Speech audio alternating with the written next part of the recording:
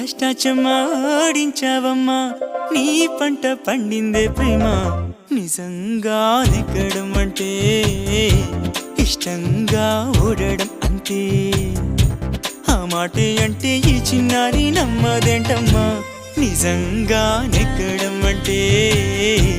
ఇష్టంగా ఓడడం అంతే ఆడించి అష్టాచమ్మా ఆడించావమ్మా నీ పంట పండిందే ప్రేమ నిజంగా నెగ్గడం అంటే ఇష్టంగా ఓడడం అంతే ఆ మాటే అంటే ఈ చిన్నారి నమ్మదేంటమ్మా నిజంగా నెగ్గడం అంటే ఇష్టంగా ఓడడం అంతే